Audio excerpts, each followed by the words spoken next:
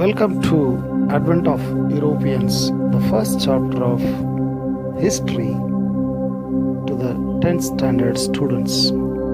ಎಲ್ಲರಿಗೂ ಸ್ವಾಗತ. There were a trade and commerce relationship between India and Europe since ancient time. ಪ್ರಾಚೀನ ಕಾಲದಿಂದಲೂ ಭಾರತ ಮತ್ತು ಯುರೋಪಿನ ಸಂಪರ್ಕ ವ್ಯಾಪಾರಿ ಸರಕುಗಳ ಮುಖಾಂತರ ಇತ್ತು. There was a great demand for Indian spices like pepper, cardamom, ginger and many other spices in Europe. ಭಾರತದಲ್ಲಿ ಸಾಂಬಾರು ಪದಾರ್ಥಗಳಾಗಿ ದೊರೆತಿರ್ತಕ್ಕಂತಹ ಶುಂಠಿ ಆಗಿರ್ಬೋದು, ಲವಂಗ, ದಾಲ್ಚೀನಿ ಇಂಥ ಎಲ್ಲ ಸಾಂಬಾರು ಪದಾರ್ಥಗಳಿಗೆ ಯುರೋಪಿಯನ್ ಮಾರುಕಟ್ಟೆಯಲ್ಲಿ ಬಹಳಷ್ಟು ಬೇಡಿಕೆ ಇತ್ತು. The trade relationship continued between India and Europe and other Asian countries even during Middle Ages. ಮಧ್ಯಯುಗದಲ್ಲಿಯೂ ಕೂಡ ಭಾರತ, ಯುರೋಪ್ ಮತ್ತು ಏಷ್ಯಾದ ಎಲ್ಲ ರಾಷ್ಟ್ರಗಳೊಂದಿಗೆ ವ್ಯಾಪಾರಿ ಸಂಪರ್ಕ ಏರ್ಪಟ್ಟಿತ್ತು. The Arab merchants carried the Asian merchandise into Constantinople of Eastern Roman or Byzantine Empire. Arab ವರ್ತಕರು ಏಷ್ಯಾದಿಂದ ಎಲ್ಲ ರೀತಿಯ ಸರಕುಗಳನ್ನು ಕಾನ್ಸ್ಟಾಂಟಿನೋಪಲ್ವರೆಗೂ ಅಥವಾ Byzantium ಸಾಮ್ರಾಜ್ಯದವರೆಗೂ ತಲುಪಿಸ್ತಿದ್ರು.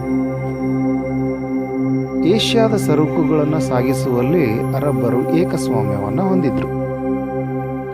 Italian merchants would buy these goods and then sell in European countries like this. Italian ವರ್ತಕರು ಯುರೋಪಿನ ಮಾರುಕಟ್ಟೆಯಲ್ಲಿ Arab ವರ್ತಕರು ತೆಗೆದುಕೊಂಡು ಬಂದಂತಹ ವಸ್ತುಗಳನ್ನು ಮತ್ತೊಂದು ವ್ಯಾಪಾರಕ್ಕಾಗಿ ಬಳಸ್ತಾ ಇದ್ರು. Constantinople was the center of the international business and considered as the gate of European trade. Constantinople ಅಥವಾ ಈಗಿನ ಇಸ್ತಾನ್ಬುಲ್ ಅಂತಾರಾಷ್ಟ್ರೀಯ ವ್ಯಾಪಾರಿ ಕೇಂದ್ರವಾಗಿ ಬೆಳೆದಿತ್ತು. ಅದನ್ನು ಯುರೋಪಿಯನ್ ವ್ಯಾಪಾರಿ ಬಾಗಿಲು ಎಂದು ಕರೆಯುತ್ತಿದ್ದರು. While Arab merchants had gained monopoly over the trade in Asian countries. Asia ರಾಷ್ಟ್ರಗಳ ಎಲ್ಲ ವ್ಯಾಪಾರದ ಮೇಲೆ ಅರಬ್ರು ಹಿಡಿತವನ್ನು ಹೊಂದಿದ್ರು. Italian trades had gained monopoly over trade in Europe. ಯುರೋಪಿನ ಮಾರುಕಟ್ಟೆಯಲ್ಲಿ ವಸ್ತುಗಳ ವಿತರಣೆಗಾಗಿ ಇಟಾಲಿಯನ್ ವರ್ತಕರು ಏಕಸ್ವಾಮ್ಯವನ್ನು ಹೊಂದಿದ್ರು. The merchandise from Asia had brought good profits to Italian merchants. ಏಷ್ಯಾದಿಂದ ಆಗಮಿಸಿರ್ತಕ್ಕಂಥ ಸರಕುಗಳು ಉತ್ತಮ ಲಾಭವನ್ನು ಇಟಾಲಿಯನ್ ವರ್ತಕರಿಗೆ ದೊರಕಿಸಿಕೊಡುತ್ತಿದ್ದವು.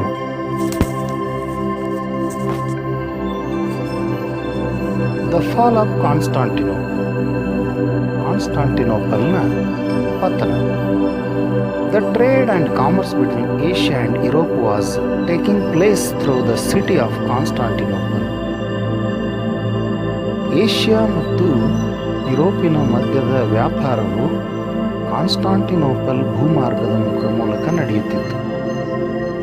ಇನ್ 1453 the Ottoman Turks captured the city of Constantinople. 1453ರಲ್ಲಿ ಅಟೋಮನ್ ಟರ್ಕರು ಕಾನ್ಸ್ಟಾಂಟಿನೋಪಲ್ ಅನ್ನು ವಶಪಡಿಸಿಕೊಂಡರು. As a result all trade routes connecting the city of Constantinople came under the control of Turks. ಇದರ ಪರಿಣಾಮವಾಗಿ ಎಲ್ಲ ವ್ಯಾಪಾರಿ ಮಾರ್ಗಗಳು ಕಾನ್ಸ್ಟಾಂಟಿನೋಪಲ್ನೊಂದಿಗೆ ಸಂಪರ್ಕ ಹೊಂದಿರುವಂಥ ಎಲ್ಲ ವ್ಯಾಪಾರಿ ಮಾರ್ಗಗಳು ತುರ್ಕರ ಆಡಳಿತಕ್ಕೆ ಒಳಪಟ್ಟಿತು. The Turks started levying too many taxes on the goods passing through these routes. ಇಲ್ಲಿ ನಾವು ಗಮನಿಸುವ ಅಂಶ ಏನಂದರೆ, ತುರ್ಕರು ಕಾನ್ಸ್ಟಾಂಟಿನೋಪಲ್ ಭೂಮಾರ್ಗವಾಗಿ ಸಾಗ್ತಾ ಇರ್ತಕ್ಕಂತಹ ಎಲ್ಲ ವಸ್ತುಗಳ ಮೇಲೆ ಅತಿ ಹೆಚ್ಚಾದ ತೆರಿಗೆಗಳನ್ನು ವಿಧಿಸಲಿಕ್ಕೆ ಪ್ರಾರಂಭ ಮಾಡಿದರು. As a result the merchants felt that the trade was not profitable. ಇದರ ಪರಿಣಾಮವಾಗಿ ವರ್ತಕರು ವ್ಯಾಪಾರಿ ಸರಕುಗಳನ್ನು ಮಾರಾಟ ಮಾಡಬೇಕಾದಂಥ ವರ್ತಕರಿಗೆ ಅತಿಯಾದ ಅಥವಾ ಲಾಭದಾಯಕವಾಗಿರಲಿಲ್ಲ ಯಾವುದೇ ರೀತಿಯಿಂದ. Meanwhile Spain and Portugal were attempting to break the monopoly of Italian traders.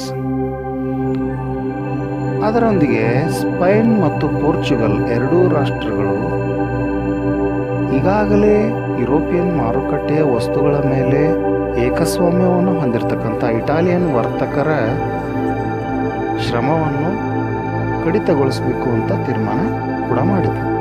They started encouraging the courageous sailors to find a sea route to India. ಅದಕ್ಕಾಗಿ ಪೋರ್ಚುಗಲ್ ರಾಷ್ಟ್ರ ತನ್ನ ಎಲ್ಲ ಸಾಹಸಿ ನಾವಿಕರಿಗೆ ಪ್ರೋತ್ಸಾಹವನ್ನು ಕೊಡಲಿಕ್ಕೆ ಶುರು ಮಾಡಿತು, ಭಾರತಕ್ಕೆ ಹೊಸ ಜಲಮಾರ್ಗವನ್ನು ಕಂಡುಹಿಡಿಯಲು. The invention of compass, astrolabes and gunpowder provided further impetus to this venture. ಈ ಸಮುದ್ರ ಮಾರ್ಗ ಸಂಶೋಧನೆಗೆ ಬೇಕಾದಂಥ ದಿಕ್ಸೂಚಿ, ಗ್ರಹಣಾತ್ಮಕಗಳು ಮತ್ತು ಸಿಡಿಮದ್ದು ಇವುಗಳ ಆವಿಷ್ಕಾರವು ನಡೆಯಿತು.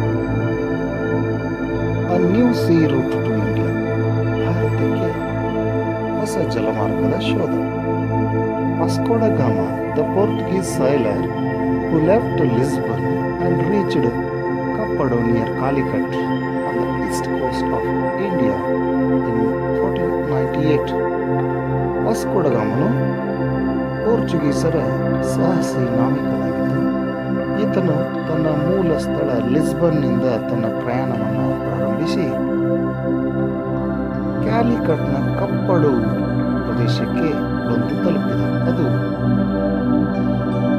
ಪೂರ್ವ ಕರಾವಳಿ ತೀರವಾಗಿತ್ತು, ಭಾರತದ ಪೂರ್ವ ಕರಾವಳಿ ತೀರ. ಅವನು ಭಾರತಕ್ಕೆ ಬಂದಿದ್ದು 1498. By this he was successful in discovering a new sea route. ಈ ಒಂದು ಸ್ಥಳ ತಲುಪಿದ ವಿಚಾರ ವಾಸ್ಕೋ ಡ ಗಾಮನು ಹೊಸ ಜಲಮಾರ್ಗ ಸಂಶೋಧನೆ ಮಾಡೋದ್ರಲ್ಲಿ ಯಶಸ್ವಿಯಾಗಿತ್ತು. This route continued to be the route of trade between India and Europe for many years. ಈ ವಾಸ್ಕೋ ಡಿ ಗಾಮನಿಂದ ಸಂಶೋಧಿಸಲ್ಪಟ್ಟಂತಹ ಮಾರ್ಗವು ಭಾರತ ಮತ್ತು ಯುರೋಪಿನ ಇತರ ರಾಷ್ಟ್ರಗಳೊಂದಿಗೆ ವ್ಯಾಪಾರ ಸಂಪರ್ಕವನ್ನು ಬಹಳ ಸಮಯದವರೆಗೂ ಕಾಯ್ದುಕೊಂಡಿದೆ. Like these Portuguese were the first to re-establish trade between India and Europe. ಪೋರ್ಚುಗೀಸರು ಮೊದಲ ವ್ಯಾಪಾರಿ